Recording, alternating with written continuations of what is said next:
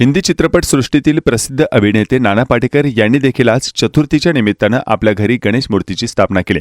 या प्रसंगी नाना पाटेकर यांच्यासोबत त्यांचा लहान मुलगा प्रसादही धार्मिक मंत्रांचा जप करताना दिसला। पुणे शहराजवळील डोंजे गावात असलेल्या आपल्या फार्म हाऊसमध्ये धार्मिक वातावरणात दरवर्षीप्रमाणे यावर्षीही नानांनी गणेश मूर्तीची स्थापना केली।